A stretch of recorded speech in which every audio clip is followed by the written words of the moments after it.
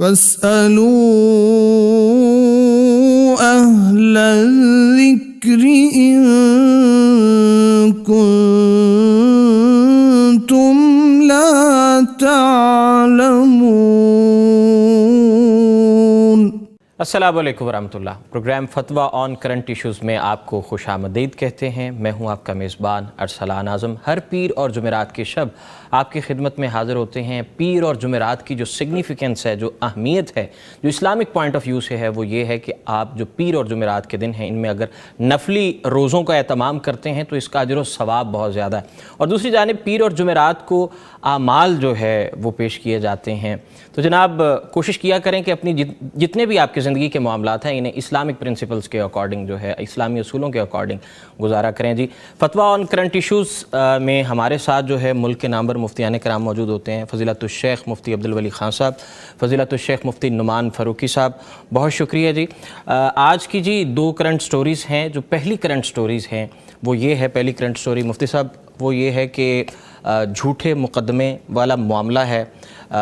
پنجاب کا علاقہ ہے پاک پتن، جہاں پر جو ہے وہ بہن اور بھائی نے مل کر جو ہے وہ جھوٹا مقدمہ درج کرایا ہے، اور اسی سے متعلق سوال یہ ہے کہ اپنے جرم کو چھپانے کے لیے دوسرے کو جھوٹا جرم میں ملوث کرنا کتنا سنگین ہے، خصوصاً ریپ کا من گھڑت الزام لگا کر کتنا سنگین جرم ہے۔ یہ ریپ کا معاملہ ہے، مطلب اجتماعی زیادتی کا کیس بنا کر جو ہے اس کو پریزنٹ کیا گیا، پیش کیا گیا، اور معاملہ جھوٹا نکلا۔ الحمدللہ والصلاة والسلام علی رسول اللہ، اما بعد۔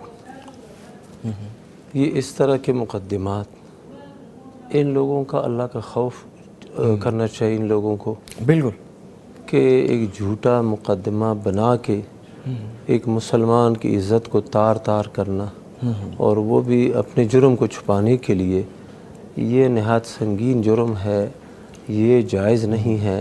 جی، اور شریعت میں ہمارے لیے اس کے اندر رہنمائی موجود ہے۔ رہنمائی یہ ہے کہ جو شخص کسی پر یہ الزام لگاتا ہے، بہتان لگاتا ہے، خصوصاً بدکاری کا بہتان، تو اس کے لیے شریعت نے سزا مقرر کی ہے۔ قرآن مجید کے اندر سورہ نور میں اس طرح کے احکام آئے ہیں۔ اب یہ جو سلسلہ ہے جھوٹا مقدمہ، اس میں بھائی نے اپنی بہن کو ساتھ ملا کے اور کسی پر یہ الزام لگایا کہ انہوں نے ریپ کیا ہے اور اجتماعی زیادتی کی ہے، تو یہ جرم ہے۔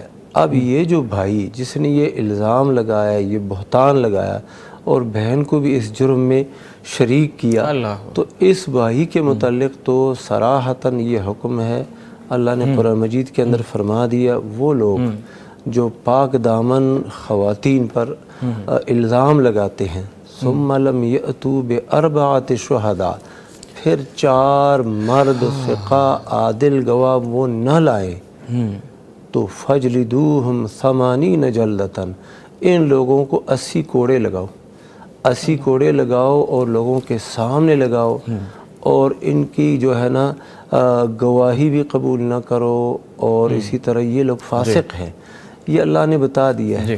تو ان کی بہن نے جو یہ کہہ دیا ہے کہ میرے ساتھ زیادتی ہوئی ہے، اس کا معاملہ تو الگ ہے، اور جب ثابت نہیں ہو سکا تو یہ بھی اس کو بھی ایک تعزیری سزا جو ہے نا حکومت وقت، قاضی، جج وہ دے، لیکن یہ جو بھائی ہیں جنہوں نے صراحتاً یہ الزام لگا دیا ہے اور اس شخص پر، تو ان کے لیے سزا قرآن مجید کی یہ ہے کہ 80 کوڑے ان کو لگاؤ۔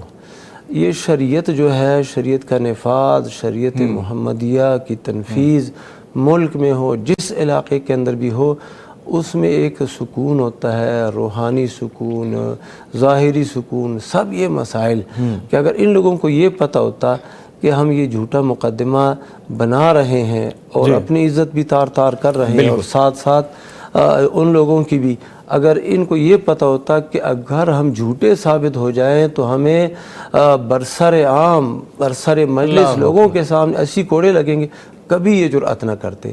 لیکن چونکہ ان کو بھی یہ خوف نہیں ہے، جو کہہ دیا پھر سلسلہ چلا کے اپنے آپ کو آزاد بھی کرا لیتے ہیں۔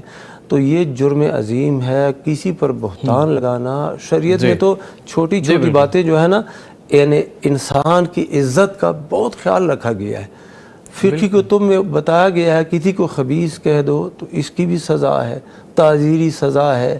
کسی کو کوئی اور ایسا لفظ بول دو جو توہین کے زمرے میں آتا ہے, باقاعدہ قاضی اس بندے کو سزا دے گا. یعنی مسلمانوں کا معاشرہ تو اکرام کا ہے, احترام کا ہے, اور ایک دوسرے کے ساتھ اخوت اور مہربانی اور محبت یہ ہو.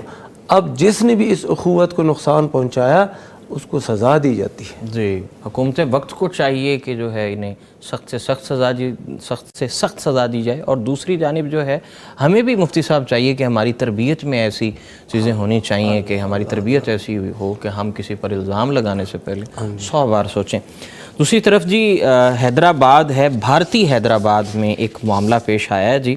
وہاں پر نشاور جو ہے شخص جو نشئی ہے اس نے مفتی صاحب نشے کی حالت میں پیٹرول پمپ کو آگ لگائی ہے. مفتی نعمان فاروقی صاحب, اسی سے متعلق سوال یہ ہے کہ نشے کی حالت میں برا جرم کرنے والے کو شریعت کے مطابق کیا سزا ملے گی؟ کیا نشے کی حالت میں نقصان کرنے والا جو یہ نشئی ہے یہ نقصان کا ذمہ دار ہوگا؟ اس پر روشنی ڈالیے جی. نحمدہ و نصلی و نسلم علی رسولہ الکریم. شریعت نے جو شراب سے, نشے سے, نشاور اشیاء سے, بلکہ ایک جامع الفاظ نبی کریم صلی اللہ علیہ وسلم نے فرما کہ کلو مسکرن حرام, ہر نشاور چیز حرام ہے. تو اس میں پھر وہ ساری چیزیں آ جاتی ہیں, یعنی جو بھی جس بھی نوعیت کی ہو, جو آج کل ہیں, جو پہلے تھیں, بعد میں آ سکتی ہیں, جن سے عقل معوف ہو جائے. اور کلو ما خامر العقل, جو عقل پہ پردہ ڈال دے. اب جب یہ ہم اس کی حکمت کو جب تک نہیں نہ سمجھیں گے, بالکل, کیونکہ عقل جب معوف ہو جائے جی بالکل تو پھر تو کچھ بھی ہو سکتا ہے. بالکل ہو سکتا ہے. اس وجہ سے شراب کو یہ کہا جاتا ہے نا کہ یہ بہت سی شر اور بہت سے گناہوں کی جڑ ہے. وہ کیوں کہ جب بندہ شراب پی لے گا تو اس سے جو مرضی پھر کروا لے, جو مرضی اس سے کرتے رہیں, جو مرضی کروا لیں, تو وہ ہر ایک کام کے لیے تیار ہو جاتا ہے. تو اس وجہ سے شریعت اسلامیہ نے سخت پابندی لگائی. یہ منشیات, جو بھی نشاور چیزیں ہیں, اس کو استعمال کرنے کی, تھوڑی ہو یا زیادہ ہو, کسی کو نشہ دیتی ہو یا نہ دیتی ہو, ہر صورت میں اس کو ناجائز قرار دیا گیا, حرام قرار دیا گیا. اس میں حکمت پیچھے یہی ہے کہ جس کی عقل کام نہیں کر رہی ہوگی وہ کچھ بھی کر سکتا ہے. اب دیکھ لیجئے, شریعت کا حکم نہیں نہ مانتے لوگ, تو کیسے کیسے, ہم اس سے پہلے بھی کئی دفعہ یہ ڈسکس کر چکے ہیں, نقصان ہوئے. تو اب جو ہے وہ دیکھیں, اس نے عقل پہ پردہ پڑا تو اس نے پیٹرول پمپ کو آگ لگا دی.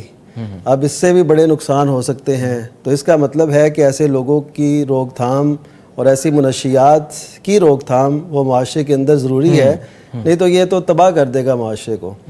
اور اگرچہ یہ چند لوگ ہیں, منشیات استعمال کرنے والے لوگ اتنے زیادہ نہیں ہیں, کم ہیں, ہاں جی کم ہیں, لیکن یہ ہے کہ ان کو بھی اگر روک تھام ان پہ نہ کی گئی تو پھر یہ بڑھ سکتا ہے سلسلہ. تو ایک تو شریعت کی حکمت کو سمجھنا چاہیے کہ دیکھیں آج شریعت کی حکمت کو نہیں نہ سمجھ رہے یہ لوگ, تو اس کا نتیجہ کیا. اچھا, اس میں پھر وہ لوگ جو پرووائڈ کرتے ہیں, وہ لوگ جو سوداگر ہیں اور اس کا کاروبار باقاعدہ کرتے ہیں, ان کے لیے بھی بہت بڑی وعید ہے. یعنی وہ ایک گناہ میں, زیادتی کے کام میں ان کے ساتھ شریک ہیں. اگر وہ پرووائڈ نہ کریں تو ہر ایک جگہ سے تو یہ نہیں مل سکتی نا یہ منشیات. تو اس کا مطلب ہے ان کو بھی بچنا چاہیے. پھر اس کے بعد اگر کوئی نقصان ہو جاتا ہے اسی نشے کی حالت میں, تو ظاہر ہے وہ ذمہ دار ہے جب اس کو ہوش, وہ کیونکہ اس نے ایک تو ہوتا ہے کہ کوئی بیماری میں ایسا کر دے, کوئی کومے کی حالت میں تھا, کوئی ایسا ہو گیا, اس کو بالکل یہ شعور نہیں تھا, اس کی تو علیحدہ بات. لیکن ایک نے نشہ خود لیا, اس کو تو کسی نے, تو وہ ایسا کرے گا تو دوہرا مجرم ہے. ایک تو اس نے نشہ کیا اور دوسرا پھر اس سے نقصان ہوا. اب وہ جو ذمہ داری ہے اس پہ یا اس کے جو قریبی ہوں گے ان پہ یہ ذمہ داری ہے کہ وہ اس نقصان کو پورا کریں, کیونکہ جس سے نقصان ہوتا ہے وہ اس کا ذمہ دار اس کو قرار دیا جائے گا جس سے یہ زیادتی ہوئی, کیونکہ جو فائدہ اٹھاتے ہیں وہ بھی تو اس کے قریبی ہیں نا. تو اب اگر نقصان میں بھی اس کے قریبی ہی شریک ہوں گے, تو اس وجہ سے یہ ذمہ داری تو اس کی ہے کہ وہ نقصان کو پورا کیا جائے, جس سے ایسے نشہ اور ایسا سزا ان کو ملنی چاہیے, اور ان سے یہ جرم جو ہے نا ان سے تلافی کروانی چاہیے, تاکہ آئندہ کوئی اس طرف جائے بھی نہ. تو اگر ایسا ہو تو یقیناً معاشرے کے اندر سے یہ چیزیں ختم ہو سکتی ہیں. جہاں پہ کوئی نشہ آور چیزیں استعمال کرتا ہے اور جس کو مرضی جو مرضی کہتا پھرتا ہے, عزت کی پامالی بھی ہوتی ہے, بعض اوقات جو ہے بڑے بڑے جرائم ہو جاتے ہیں, قتل و غارت ہو جاتی ہے, قتل و غارت بھی ہوتی ہے. بالکل. تو اس وجہ سے وہ مجرم ہیں اور وہ دیندار ہیں, ان کے خلاف مقدمہ چلنا چاہیے اور ان سے وہ تلافی ساری کروانی چاہیے. مفتی صاحب وہ ایک دینی حوالہ بھی ہے کہ جنت کی شراب سے بھی محروم ہو جائیں گے. ہاں, وہ شراب پینے کے جو جرائم ہیں وہ تو اپنی طور پر ہیں کہ آخرت میں مثلا بھی نبی اس صلی اللہ کے علیہ وسلم نے فرمایا جو شراب پیتا ہے, صحیح مسلم کی روایت ہے, تو 40 دن اس کی نماز نہیں قبول کی جاتی. بالکل 40 دن نماز نہیں قبول کی جاتی. جی. تو اتنا بڑا جرم ہے. تو وہ تو شراب اور نشہ آور چیزیں یہ علیحدہ بات ہے. یہ ایک خاص کیس جو ہے اس نوعیت سے میں عرض کر رہا ہوں کہ ان کو ضرور قرار واقعی سزا ملنی چاہیے اور تلافی ہونی چاہیے, اور ایسے لوگوں کو نشان عبرت بنانا چاہیے جو غلط کام بھی کرتے ہیں اور اس کے نتیجے میں پھر نقصان بھی ہوتا ہے. جی جی جی جی. رب کریم جی ہم سب کو ہدایت دے اور ہم اپنی زندگیاں جو ہے وہ دین اسلام کے جو پرنسپلز ہیں ان کے اکارڈنگ گزاریں. شرعی سوالوں کی جانب بڑھتے ہیں. آپ بھی ہم سے شرعی سوال کر سکتے ہیں, ہمارے پروگرام کا حصہ بن سکتے ہیں. نیچے دیے گئے نمبر پر رابطہ کر کے آپ ہمارے پروگرام میں شمولیت اختیار کر سکتے ہیں. کچھ کیوریز ہوتی ہیں جو کہ ہمیں بذریعہ واٹس ایپ موصول ہوتی ہیں اور انہیں ہم اپنے پروگرام میں بھی ڈسکس کرتے ہیں.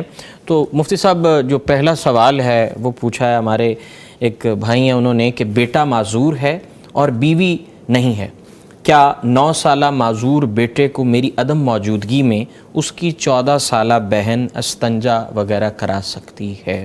اس پر رہنمائی کیجیے. یہ ایک اضطرار اور ضرورت کی حالت ہوتی ہے, ایک عام نارمل حالت ہوتی ہے. جی. تو نارمل حالت میں تو اس کی جو ہے نا دیکھ بھال وہ باپ کرے, بھائی کرے, تو یہ ان کا حق ہے. بالکل. اور ان کی ذمہ داری ہے, کیونکہ کسی کی عورت کو شرمگاہ کو دیکھنا جائز نہیں ہے الا کہ میاں بیوی ہو.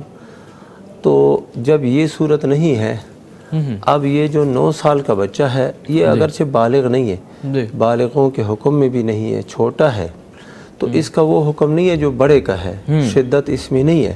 لیکن عام قاعدے کے مطابق یہ ہے کہ جس شرمگاہ کو دیکھنا جائز نہیں ہے اس میں اگر ایک ہی صنف کے لوگ ہیں, مرد کا وہ علاج کرتا ہے یا پھر اس طرح کی خدمت سر انجام دیتا ہے تو مسئلہ ہلکا ہو جاتا ہے. اور عورت کی خدمت کرتی ہے عورت, تو پھر بھی مسئلے کے اندر تخفیف آ جاتی ہے. اور اگر صورت یہ ہو کہ مخالف صنف ہو تو پھر اس میں ضرورت کو دیکھا جاتا ہے. الضرورات تبیح المحظورات, یہ فقہی مسلمہ قاعدہ ہے. تو اس کو دیکھتے ہوئے جب اس کو حاجت ہو گئی ہے بھائی کو اور وہ ہے بھی چھوٹا ابھی, تو اس کی بہن یہ خدمت سر انجام دے سکتی ہے, ماں یہ خدمت سر انجام دے سکتی ہے, اسی طرح کوئی اور خاتون بھی یہ کر سکتی ہے. اگر یہ 9 سال کا نہ ہو بلکہ بڑا بھی ہو جائے پھر بھی اس میں شدت پھر نہیں رہتی, اس ضرورت کی کیفیت میں. ہاں, ضرورت کی حالت میں, ضرورت کی وجہ سے یہ اس کی بیٹی اس کے بیٹے کی یہ خدمت کر سکتی ہے. ضرورت کو مد نظر رکھتے ہوئے یہ خدمت کی جا سکتی ہے. ایک اور صاحب ہیں جی, ینگسٹر ہیں, وہ پوچھ رہے ہیں آن لائن ارننگ سے متعلق کہ ایک ارننگ گروپ ہے, اس میں 2000 انویسٹ کریں تو ڈیلی 5 ویڈیوز دیکھنے پر 100 روپے ملتے ہیں, اور کیا ایسا کرنا ٹھیک ہے؟ 2000 انویسٹ کر کے تو 5 ویڈیوز دیکھنی ہے اور پھر کو 100 روپے جو ہے وہ کسی صورت آپ کے اکاؤنٹ میں آئیں گے, تو یہ کرنا کیسا ہے, اس کی کمائی کیسی ہے؟ صحیح.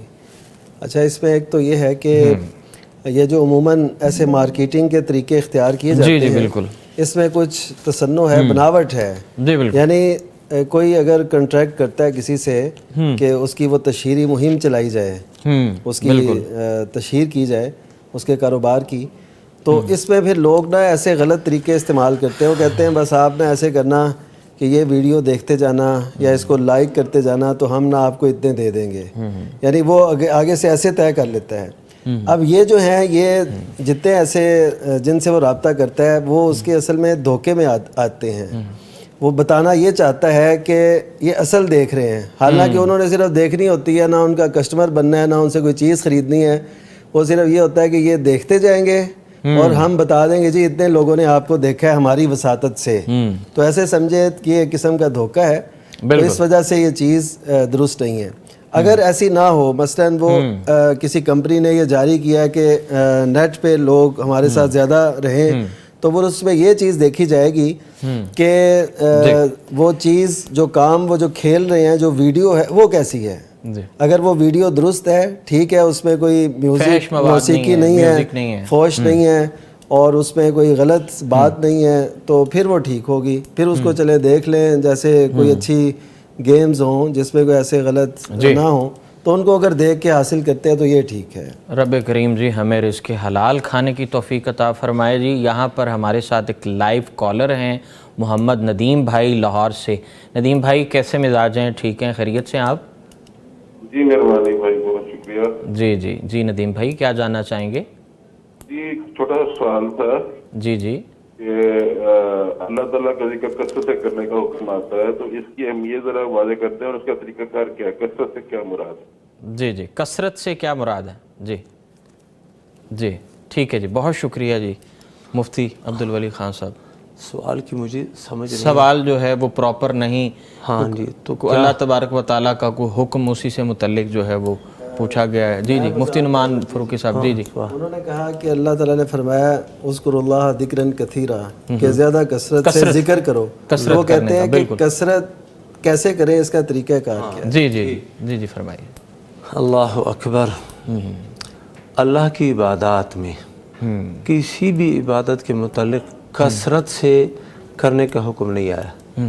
نماز کے متعلق، روزے کے متعلق، حج ہے، اسی طرح زکوٰۃ، اسی طرح دیگر اعمال صالحہ عبادات، ان کے متعلق بالکل یہ نہیں آیا کہ کثرت کے ساتھ کرو، کثرت کے ساتھ روزے رکھو یا کثرت کے ساتھ نمازیں پڑھو، یہ نہیں آیا۔ صرف واحد عبادت ہے اور وہ ہے ذکر، اللہ سبحانہ و تعالیٰ کا ذکر۔ یا ایہا الذین آمنوا اذکروا اللہ ذکرا کثیرا، بہت زیادہ اللہ کو یاد کیا کرو۔ اچھا، اب بہت زیادہ اللہ کو یاد کیا کرو، اور یہ ایسی عبادت ہے کہ اس کے لیے کوئی وہ جو شروط ہے، آداب ہے، نماز کے لیے، روزے کے لیے، حج وغیرہ کے لیے، ان کے لیے کوئی ایسی شرط نہیں۔ یعنی آپ کھڑے ہیں، یذکرون اللہ قیاما وقعودا وعلی جنوبہم، کھڑے ہیں، بیٹھے ہیں، لیٹے ہیں، باوضو حالت میں ہے، بغیر وضو کے ہے، جنابت کی حالت میں ہے، جس حالت میں بھی ہے، ایک خاتون وہ حیض کی حالت میں ہے، نفاس کی حالت میں، جس حالت میں بھی ہے، وہ اللہ سبحانہ و تعالیٰ کا ذکر کر سکتی ہے، اور بندہ جو ہے مرد وہ بھی کر سکتا ہے کسی بھی حالت میں۔ اچھا، تو یہ ایسا اہم عبادت ہے، بہت ہی اہم عبادت۔ اچھا، ایک بات، اب کثرت سے کرنے کا کیا حکم ہے؟ اہل علم نے یہ بتایا ہے کہ کثرت کے ساتھ ذکر اللہ کرنے کا مفہوم یہ ہے کہ آپ جب نیند سے اٹھتے ہیں، نیند سے اٹھنے کے فوراً بعد الحمدللہ الذی احیانا بعد ما اماتنا والیہ النشور، یہ دعا پڑھتے ہیں۔ پھر آپ جو ہے نا اس کے بعد وضو کرتے ہیں، وضو کرتے ہیں تو وضو کی شروع میں بسم اللہ پڑھتے ہیں، وضو کے بعد پھر دعا اشہد ان لا الہ الا اللہ یہ مکمل پڑھتے ہیں۔ پھر نماز کے لیے جاتے ہیں، مسجد کی طرف جاتے ہوئے آپ ذکر کرتے ہیں، مسنون ذکر۔ مسجد میں داخل ہوتے ہوئے آپ کہتے ہیں اللہم افتح لی ابواب رحمتک۔ پھر مسجد جاتے ہیں، وہاں پر نماز پڑھتے ہیں، نماز کے بعد اذکار، نماز کے اندر اذکار، یعنی کھانے پینے، گھر کے سے باہر نکلنے، گھر کے اندر داخل ہونے، مجلس میں بیٹھنے، مجلس سے اٹھنے، یہ جو تمام جو ہے نا روزمرہ روزانہ کی بنیاد پر شریعت نے جو اذکار بتا دیے ہیں نا، ان اذکار کو یہاں تک کہ آپ سونے کے لیے اپنے بستر پر آ گئے، پھر وہی مسنون اذکار جو اللہ کے نبی نے بتا دیے، آیت الکرسی پڑھو، پھر سورہ بقرہ کی آخری 2 آیات پڑھو، آخری 3 سورتیں پڑھو، یہ پڑھو، اور اسی طرح جو ہے جو مسنون دعائیں ہیں یہ پڑھنے کے بعد پھر آپ نے سو جانا ہے۔ تو یہ کثرت، یہ آپ اللہ کا ذکر کر رہے ہیں اور کثرت کے ساتھ انگنت کر رہے ہیں اور بے بہا۔ اچھا، مجلس میں آپ بیٹھے ہیں، نبی صلی اللہ علیہ وسلم کے بارے میں آتا کہ وہ مجلس میں بیٹھے ہوتے تھے، 100 دفعہ استغفار پڑھ لیتے تھے، 70 دفعہ استغفار پڑھ لیتے تھے. تو یہ استغفار پڑھنا، مجلس کے اذکار وغیرہ، تو انشاءاللہ تعالی یہ کثرت کے ساتھ اللہ کو یاد کرنے والی بات ہے. باقی بھی ایک وقت آپ کی زندگی میں ایسا ہونا چاہیے، یعنی 24 گھنٹے میں آدھا گھنٹہ کہ آپ اللہ کے ساتھ الگ بیٹھتے نا رابطے میں رہیں، ذکر اذکار. فَإِذَا فَرَغْتَ فَانْصَبْ وَإِلَىٰ رَبِّكَ فَارْغَب. اپنے نبی صلی اللہ علیہ وسلم کو یہ کہا گیا ہے کہ جب آپ ان دیگر امور سے آپ فارغ ہو جائیں پھر تنہائی میں بیٹھ کے اللہ کو یاد کریں. ہمیں تنہائی میں اور ہمارے جو روزمرہ کے معاملات ہیں ان میں رب کریم ہمیں ذکر و اذکار کرنے کی توفیق دے اور ہمیں تقوی للہیت اختیار کرنے کی توفیق عطا فرمائے. یہاں پر وقت ہوا ہے جی بریک کا. بریک سے واپس آتے ہیں اور شرعی سوالوں کا سلسلہ اور آپ کی لائیو کالز کا سلسلہ اسے آگے بڑھاتے ہیں. فاسألوا أهل الذكر إن كنتم لا تعلمون. فاسألوا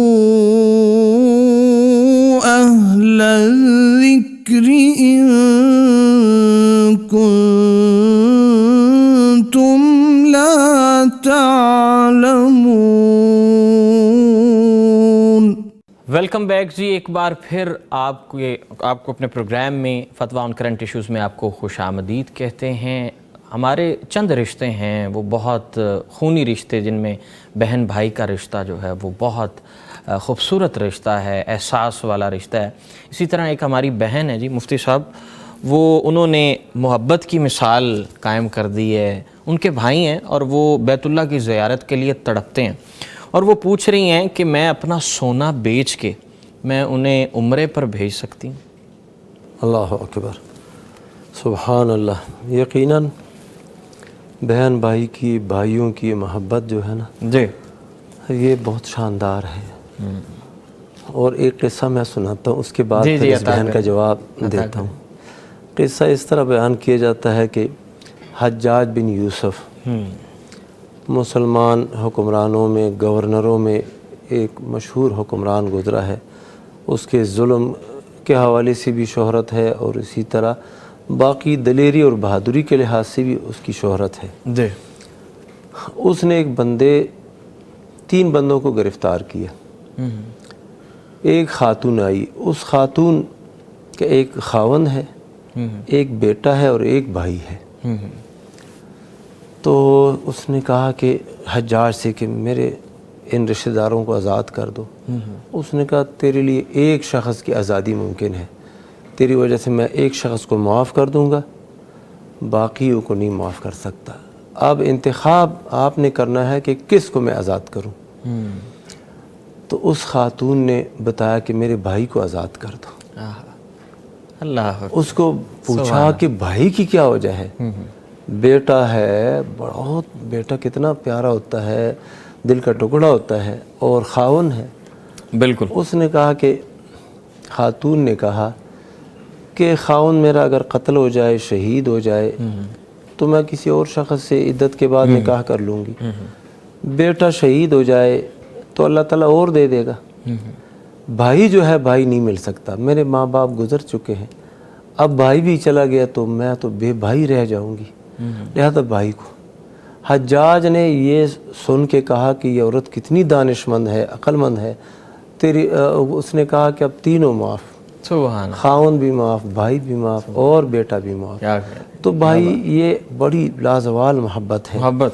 اب جو بہن نے کہا ہے کہ میں اپنا سونا بیچ کے بھائی کو عمرہ کراؤں، تو ایسا کرنے میں تو بالکل یہ جائز ہے، اس کا اختیار ہے اور کوئی حرج اس میں نہیں ہے. باقی یہ اپنی حالت کو دیکھے کہ بعد میں اس کے اپنے خاندان والے یعنی خاوند دوسرے لوگ اس کو بے اتفاقی اور کوئی شر اور تکلیف کا مسئلہ نہ پیدا ہو. باقی اگر وہ ایسا کرتی ہے اور اپنے بھائی کو عمرہ کراتی ہے، بھیجتی ہے، تو یہ ہر بندے کی ایک تڑپ ہوتی ہے اللہ کے گھر کو دیکھنے کے لیے، عمرہ کرنے کے لیے، اس ماحول کو دیکھنے کے لیے. تو یہ ایمانی ماحول، تو اس کو بھی اجر ملے گا اور اس کے بھائی کو بھی اجر ملے گا انشاءاللہ. رب کریم جی ہم سب کو جو ہے بیت اللہ کی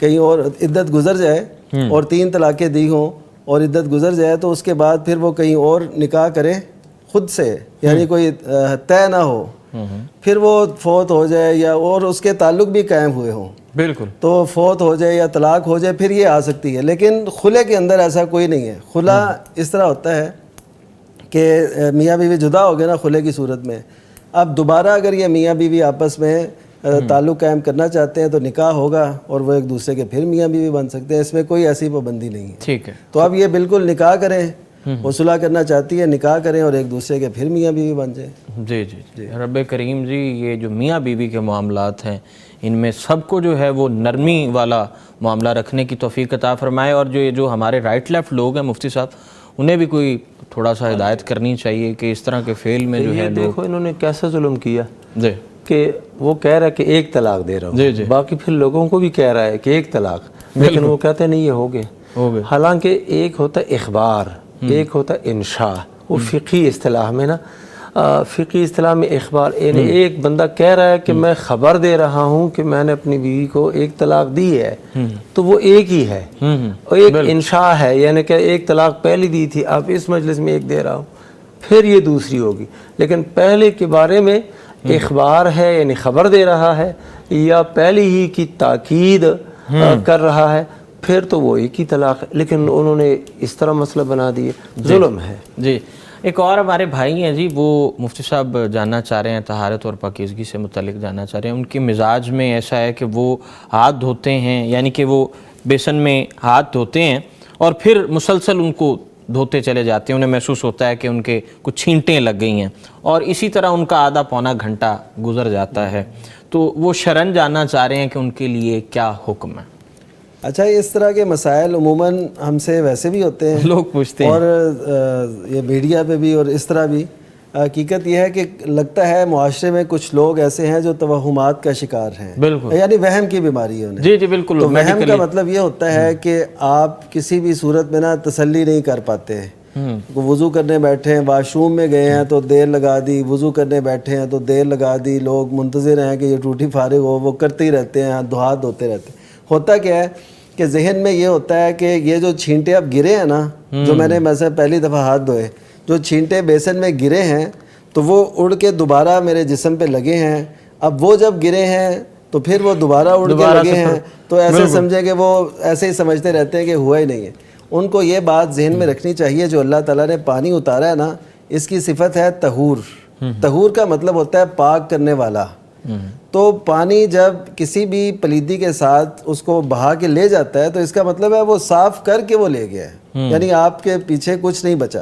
ہاں، وہ چھینٹوں سے بچنا، وہ بظاہر وہ چھینٹے ہیں جو بالکل گندگی پہ مشتمل ہوں، بالکل گندگی، یعنی پیشاب ہے یا پاخانہ ہے یا کوئی ایسی چیز، اس کی اگر چھینٹیں پڑی ہیں وہ تو ظاہر ہے انسان کو پتہ ہے، اتنا تو بے شعور کوئی بھی نہیں ہو سکتا جو ذی شعور ہو.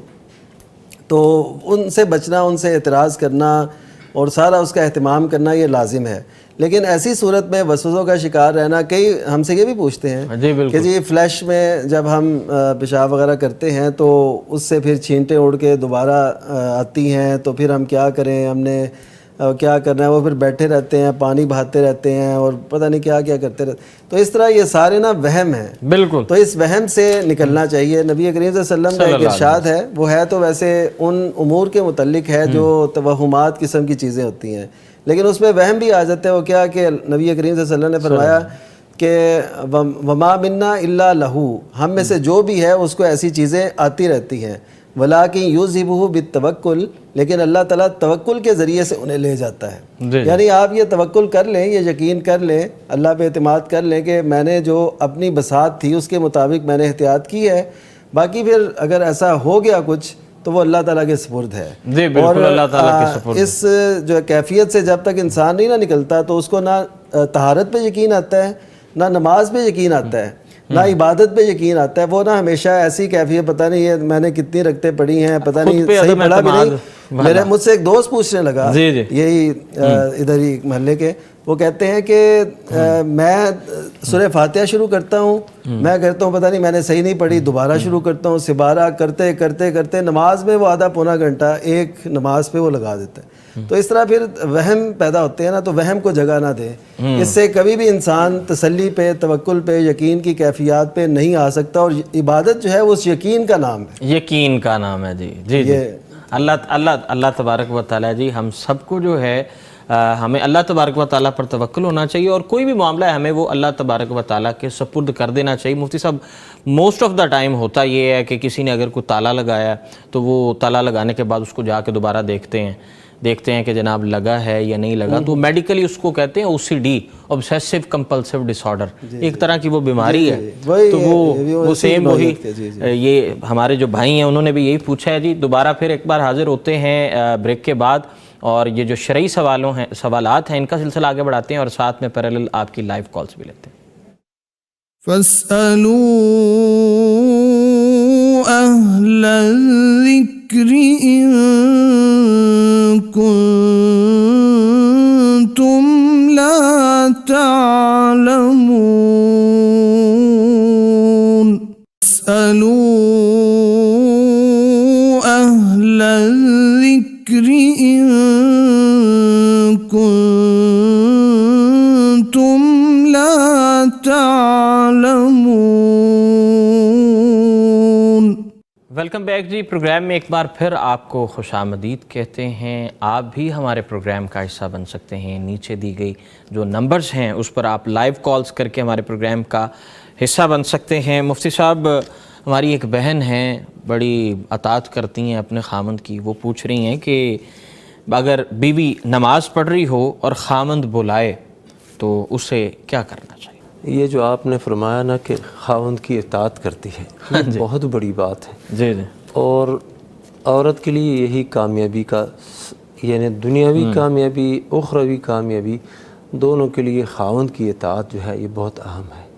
ایک حدیث میں آتا ہے، ابن ماجہ شریف میں آئی ہے کہ جو عورت اپنے رمضان کے روزے رکھے، 5 جو ہے نا نمازیں پڑھے، خاوند کی اطاعت کرے، جی، تو وہ جنت کے جس دروازے میں سے چاہے داخل ہو جائے.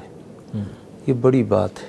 بڑی بات. تو خاوند کی اطاعت یہ کامیابی کا ذریعہ ہے. خاوند نے کیا اس سے مانگنا ہے، تو کیا اس سے مطالبہ کرنا ہے، تو یہی جو گھر کے معمولات ہوتے ہیں.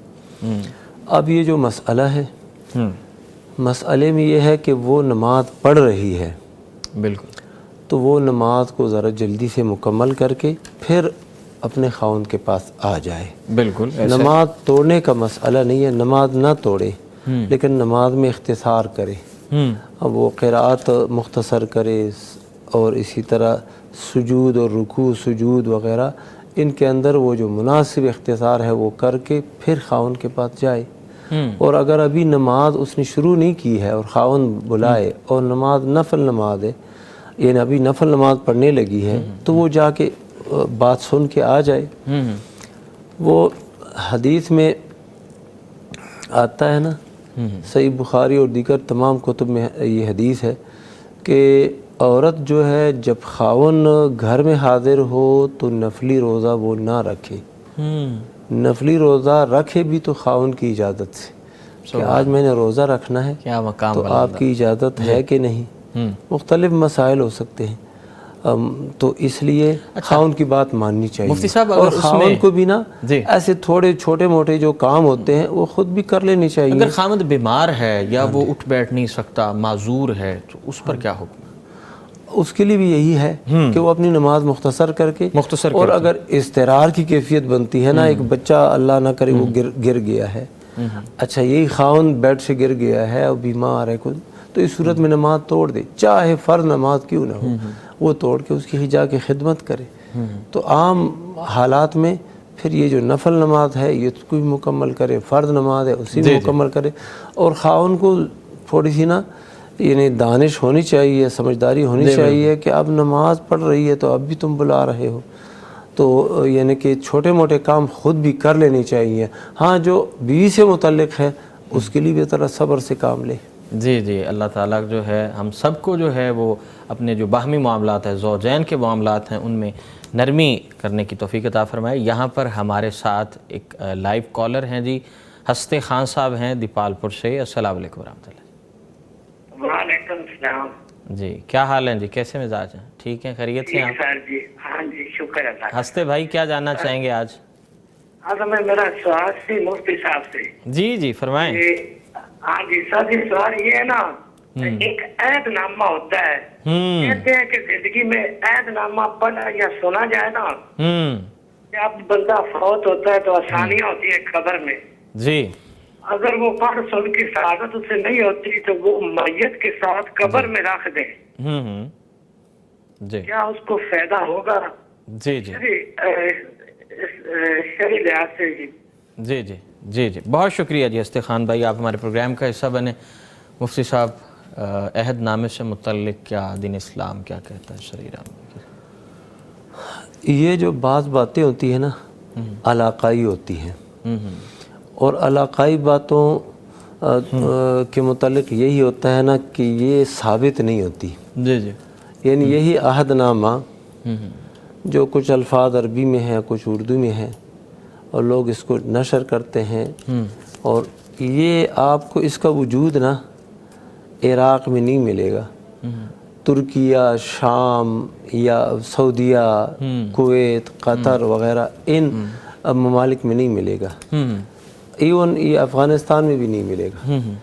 یہ اس کا جو مرکز ہے نا، یہی بر صغیر اور بر صغیر کے اندر یہ خطہ جو ہے پنجاب، سندھ اور آس پاس کے علاقے، یہ تو یہ جو بات ہے نہ تو قرآن مجید میں اس کے بارے میں کوئی وضاحت آئی ہے، ثبوت آیا ہے، نہ ہی احادیث میں، نہ ہی پھر یہ صحابہ کرام رضوان اللہ تعالی علیہم اجمعین ان کی طرف سے کوئی ایسی وصیت آئی ہے، جی بالکل، اور نہ ہی یہ مذاہب اربعہ جو مشہور مذاہب ہیں، یعنی امام ابو حنیفہ رحمہ اللہ، امام مالک رحمہ اللہ، امام شافعی رحمہ اللہ، امام احمد بن حنبل رحمہ اللہ، امام سفیان ثوری رحمہ اللہ، امام سفیان ابن عیینہ رحمہ اللہ، امام اوزاعی رحمہ اللہ، امام لیث بن سعد رحمہ اللہ اور دیگر ائمہ، انہوں نے اس بارے میں کوئی بات ہی ان سے نہیں آئی، کوئی ثبوت ہی نہیں آیا۔ تو ہم اپنی طرف سے جیسے جب ایسے کریں گے اور وہ جو الفاظ ہیں، بعض مبارک الفاظ ہیں، ان کو قبر کے اندر رکھ کے مٹی میں دبا کے، یہ کون سی دانش مندی ہے، جبکہ کوئی ثبوت اس کا ہو نہیں۔ جی میت کے ساتھ تو وہ اعمال جائیں گے جو اس نے کیے ہیں، بالکل، اس کا اس کو فائدہ ہوگا، جی اور اسی طرح وہ اعمال بعد میں بھی ان کو فائدہ پہنچائیں گے جو صدقہ جاریہ کے طور پر ہوں۔ صدقہ جاریہ اس نے مسجد بنائی ہے، اس نے کوئی مدرسہ، راستہ، ہاسپٹل، کوئی خیراتی ادارہ یہ بنایا ہے، تو لوگ اس سے فائدہ اٹھاتے ہیں۔ کوئی اچھی کتاب اس نے لکھی ہے، امام بخاری نے صحیح بخاری لکھی ہے، فائدہ اٹھا رہے ہیں لوگ، ان کو ثواب پہنچ رہا ہے۔ اچھا، اور اولاد صالح یدعو لہ، نیک اولاد اپنے والدین کے لیے دعا مانگ رہی ہے، اس کا فائدہ پہنچتا ہے۔ کوئی مسلمان اپنے مسلمان بھائی کے لیے مغفرت کی دعا مانگتا ہے، اس کا فائدہ اس کو پہنچتا ہے۔ ایسی چیزوں کا فائدہ جو ہے وہ یہ کوئی ثبوت آیا نہیں ہے۔ جب ثبوت نہیں آیا تو ہم ایسی باتوں میں کیوں پڑے؟ جی جی اور یہ جو ہے نا لوگوں کو عمل سے ایک طرح سے دور کرنے کی بات ہے کہ چلو بعد میں عہد نامہ ہم نے پڑھ لیا، کام ہو گیا، یا نہیں بھی پڑھا تو قبر میں کفن میں ساتھ رکھ دیا جائے گا، فائدہ ہی ہوگا۔ نہیں اللہ کے بندو، دین عمل کا نام ہے، جی اور عمل کرو گے، عقیدہ صحیح رکھو گے تو اس کے بعد یہ سارے مرحلے آسان ہیں۔ کسی اور کے عمل پر کیوں نازاں ہوتے ہو جبکہ اس عمل کا کوئی ثبوت بھی نہ ہو؟ جی جی جی رب کریم جی ہم سب کو کتاب و سنت پر چلنے کی توفیق عطا فرمائے جی۔ یہاں پر ہمارے ساتھ ایک لائیو کالر موجود ہیں جی۔ السلام علیکم ورحمۃ اللہ جی۔ وعلیکم السلام ورحمۃ اللہ۔ جی کیسے مزاج ہیں جی شہزاد بھائی؟ ٹھیک ہے الحمدللہ، اللہ کا احسان ہے، خیریت سے ہیں؟ کیا جاننا چاہیں گے؟ میں نے نا پہلے بھی کال کی تھی آپ کو، اس لیے کہ رشتہ داری کے معاملے میں، صلہ رحمی کے معاملے میں آپ سے بات کرنا چاہتا ہوں۔ جی جی میرے کچھ عزیز ہیں، جی وہ خود ہی ناراض ہیں، میری وجہ سے ناراض نہیں ہے، میں نے اچھا، ناراض نہیں کیا کچھ بھی، اور وقت گزر رہا ہے, میں اللہ کے گھر جا رہا ہوں عمرے پہ, اب میں ان کے ساتھ نا صلہ رحمی کرتا ہوں, ان کو بلاتا ہوں, ان سے باتیں جو ہے وہ شیئر کرتا ہوں, لیکن وہ نا مجھے وہ کیا کہتے ہیں اسے کہ گھاس نہیں ڈالتے. اچھا ٹھیک ہے, جبکہ آپ کی جانب سے کسی قسم کا جو ہے وہ کوئی معاملہ نہیں ہے, آپ کوئی نے معاملہ نہیں ہے. میں نے پچھلی کال میں طارق صاحب سے پوچھا تھا, انہوں نے کہا تھا کہ آپ صدقہ کریں, آپ اپنے آپ کا دل نرم ہو جائے گا. میں ان سے بہت زیادہ صلہ رحمی کی کوشش کرتا ہوں, وہ ناراض ہے, اس کے لیے کیا حکم ہے؟ ٹھیک ہے جی, بہت شکریہ جی عمر شہزاد بھائی, آپ ہمارے پروگرام کا حصہ بنے. مفتی نعمان فاروقی صاحب, رشتہ داروں نے ٹھان لیا ہے کہ ہم نے کوئی بھی معاملہ ہو جائے ہم نے نہیں نرم گوشہ رکھنا. عموماً ایسے لوگ جو میں یہ تو نہیں کہتا کہ وہ ہوں گے, عموماً ایسے ہوتا ہے جو کسی سے حسد کا شکار ہوتے ہیں, ان کے یہ رویے ہوتے ہیں, یعنی ان کو کوئی اور بات مل نہیں رہی ہوتی, وہ کہتے ہیں چلو اب اس کو ہم اہمیت نہ دیں تو یہ بھی ہمارے لیے کافی ہے. بہرحال یہ ہے کہ جب یہ شخص اپنا فرض پورا کر رہے ہیں, جو ان کی ذمہ داری تھی یہ نبھا رہے ہیں, تو ایک حدیث میں ایسے ہی نبی کریم صلی اللہ علیہ وسلم سے سوال ہوا کہ میں ان سے جوڑتا ہوں وہ مجھ سے توڑتے ہیں, تو آپ صلی اللہ علیہ وسلم نے فرمایا کہ تم جو ایسا کر رہے ہو نا, تم ان کے منہ میں راکھ ڈال رہے ہو, یعنی ان کو تم رسوا کر رہے ہو, یعنی یہ رسوائی ان کے لیے ہے, تمہارے لیے نہیں ہے. یعنی تم نے اپنے حصے کا کام کر دیا, انہوں نے نہیں کیا تو وہ مجرم ہے. اور یہ بات یاد رکھیں کہ جو اپنا فریضہ ادا کر رہا ہو نا, وہ کبھی بھی اللہ تعالیٰ کے ہاں اسے پوچھا نہیں جائے گا.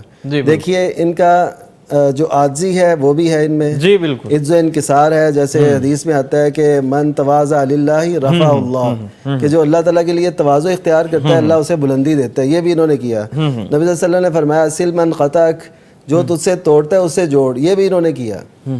پھر حدیث میں آتا ہے صحیح بخاری کی لیس الواصل بالمکافی, کہ جو برابری کی سطح پہ صلہ رحمی کرتا ہے وہ نہیں ہے, یہ برابری سے بڑھ کے, یعنی وہ توڑتے ہیں یہ جوڑ رہے ہیں, وہ کال نہیں اٹھاتے ہوں گے یہ کر رہے ہیں, وہ بلاتے نہیں ہوں گے یہ بلا رہے ہیں, تو ان کا تو بہت اعلیٰ کردار ہے.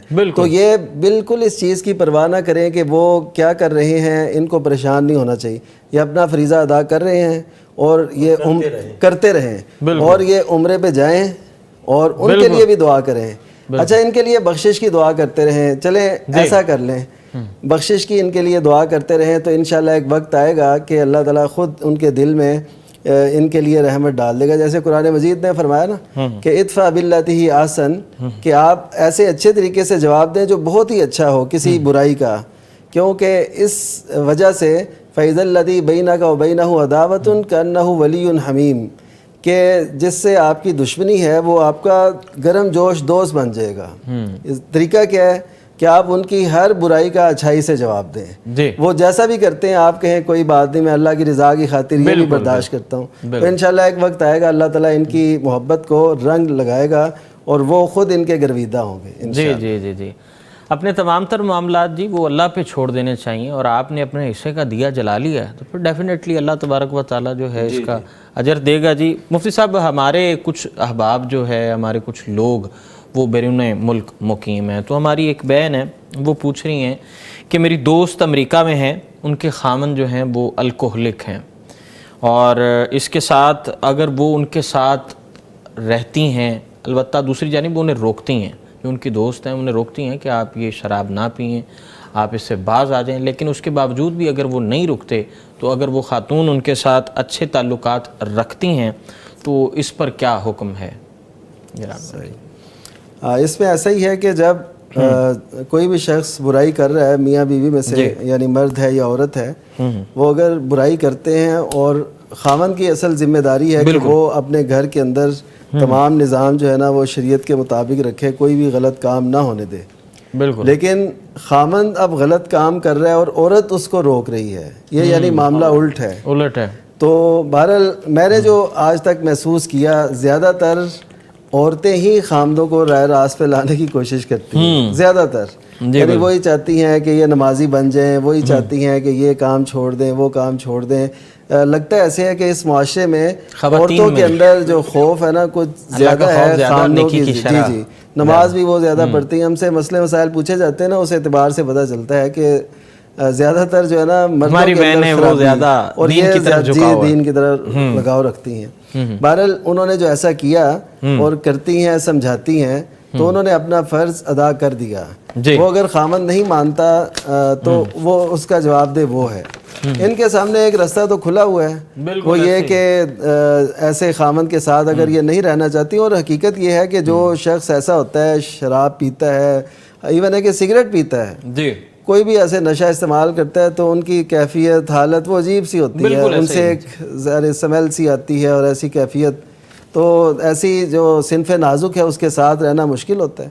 اگر وہ یہ سمجھیں کہ میرا ان کے ساتھ گزارا نہیں ہے اور یہ کوئی بھی میری بات کو نہیں مان رہے, تو یہ ان کے پاس کھلے کا دروازہ تو کھلا ہے.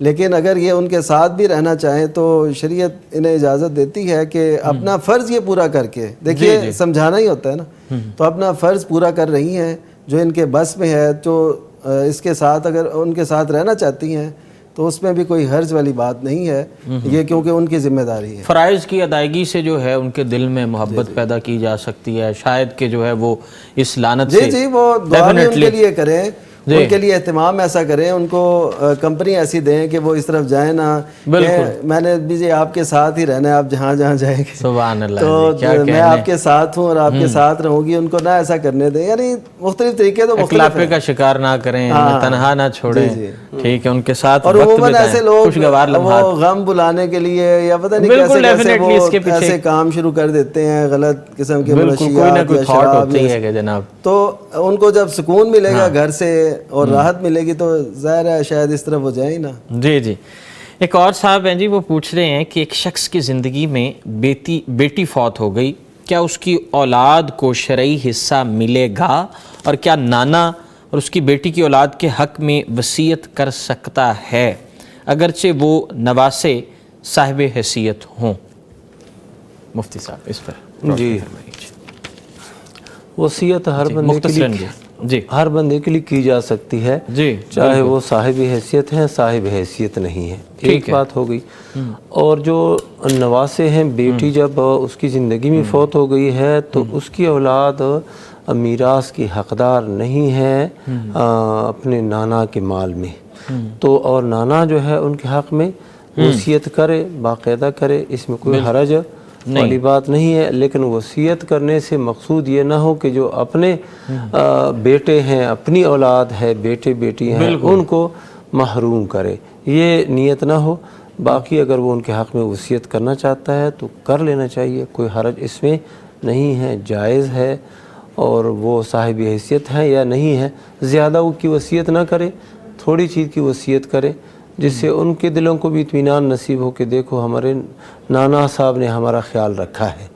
تو اور اپنے بیٹوں کو, بیٹیوں کو جو حقیقی وارث ان کے بنتے ہیں ان کو بھی محروم نہ کرے, ان کے حصے میں بھی کمی نہ آئے. ثلث میں تو وصیت بندہ کر سکتا ہے, یعنی کہ حقیقی ورثہ ہیں ان کو بھی جو برابری کی سطح پر دیکھا جائے اور ان کو بھی برابری کی سطح دیکھا جائے. وصیت جب بندہ کرتا ہے نا تو شریعت نے ہمیں بتا دیا ہے کہ ثلث میں تک کر سکتے ہو. وہ ثلث کثیر, ثلث بھی زیادہ ہے, لیکن یہ ہے کہ کر تو سکتے ہیں. ہاں جی, کر سکتے, یعنی کل مال کا تدفین کے بعد اور تجہیز کے بعد اور سارے اخراجات, قرضے کی ادائیگی کے بعد جو مال بچ جائے وہ اس کے 3 حصے کر دیے جائے. تیسرے حصے میں وصیت کی تنفیذ ہوگی, باقی 2 حصے جو ہیں وہ حقیقی ورثاء میں تقسیم ہوں گے. بہت شکریہ جی. فضیلت الشیخ مفتی عبدالولی خان صاحب ہمارے ساتھ موجود ہیں, اور فضیلت الشیخ مفتی نعمان فاروقی صاحب ہمارے ساتھ موجود ہیں. رب کریم ہمیں عدل و انصاف کرنے کی توفیق عطا فرمائیں. ایک بار پھر انشاءاللہ آپ کی خدمت میں حاضر ہوں گے پیر اور جمعرات کی شب انشاءاللہ. جو اس کی جو سگنیفیکنس ہے, جو اس کی اہمیت ہے, وہ یہ ہے کہ پیر اور جمعرات کے جو نفلی روزے ہیں ان کا اگر آپ اہتمام کرتے ہیں تو اس کا اجر جو ہے, اس کا ثواب بہت زیادہ ہے. مجھے اور میری ٹیم کو یہاں دیجیے اجازت, اللہ نے کے بعد. فَاسْأَلُوا أَهْلَ الذِّكْرِ إِن كُنتُمْ لَا تَعْلَمُونَ.